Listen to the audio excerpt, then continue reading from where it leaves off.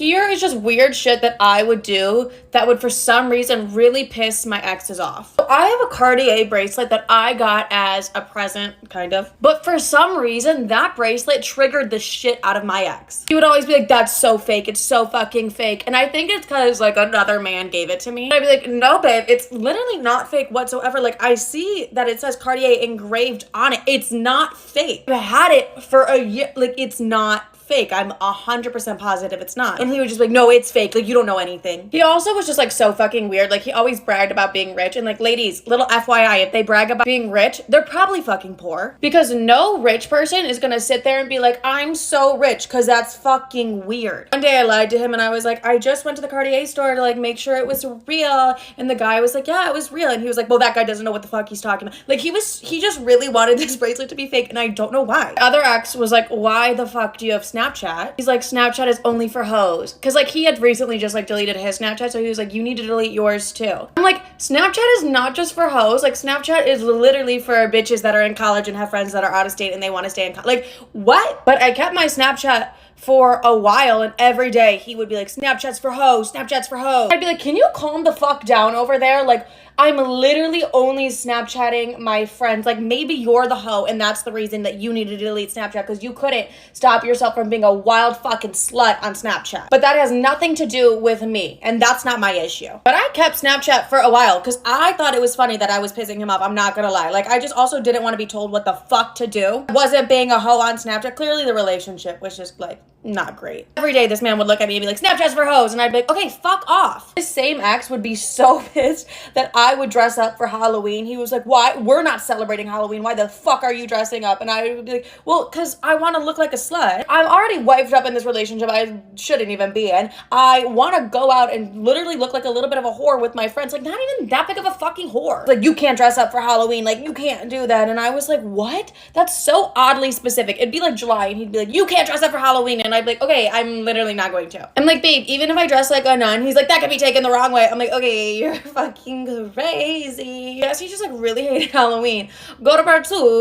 My one ex hated anytime I listened to Kanye West or like Lil Uzi Vert. Why do I feel like Lil Uzi? I don't know why I said his name like that. And this was like 2018, before anything with like Kanye really like now I'm like, okay, like I get it. But like in 2018, I'm like, the man really, I'm like, are you a Taylor fan? Like, why can I not listen to Kanye? Like, that's the devil's music. Like, yeah, that's just like the devil's music. And I was like, what the, I was like, when I first met you, I swear to God, you were blasting Good Life. Like, what the fuck is happening? I also used to have my yitties pierced. And like, when he found that out, you would have thought I fucked his dad in front of him 5 times. Like, disappointment and just like, why the fuck did you have him pierced? So upset that I was like, okay, it's really like not that big of a deal. Like no one's seeing this besides you and I, babe. Ex would always be like, you have to wear a bra at all times, like especially when you're around my friends. I'm like, you act like I just like walk around and I like look at your friends and I'm like, hey Tommy, want to see my titty? Like I don't do that. Be like, especially around my teammates, like you have to wear a bra. I'm like, why, babe? Scared I'm gonna fuck your teammates? Like don't piss me off because I will. No, like I would never. I would never. The way I saw this grown man cry about me having my yitties pierced was absolutely pathetic and weird. But that's what I get for dating insecure ass men. But that is the story time of pretty normal things that I did that my weird ass fucking exes like just had a heart attack over at all times. Like relax. Like it's not normal for you to cry about me having my yitties pierced. That's fucking weird.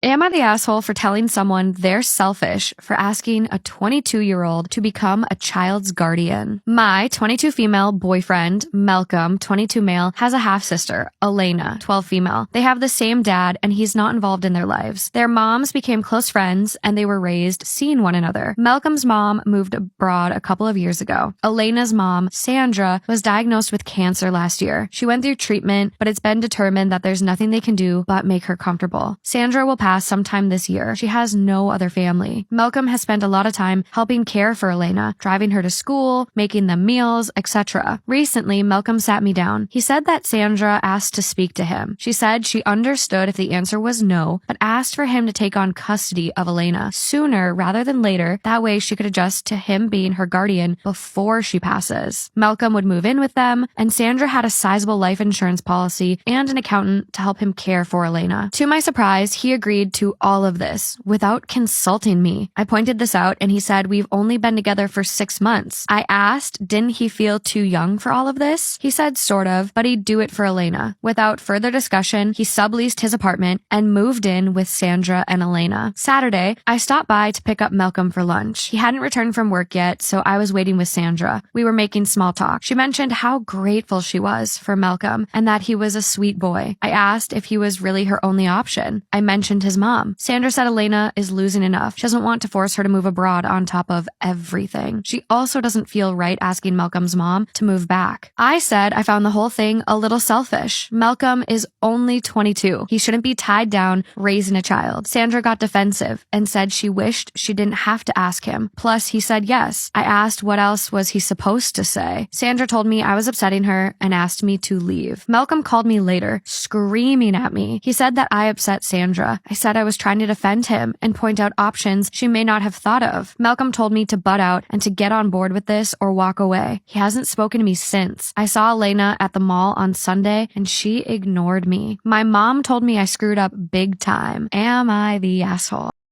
Am I the asshole if I tell my friend her boyfriend is planning to propose?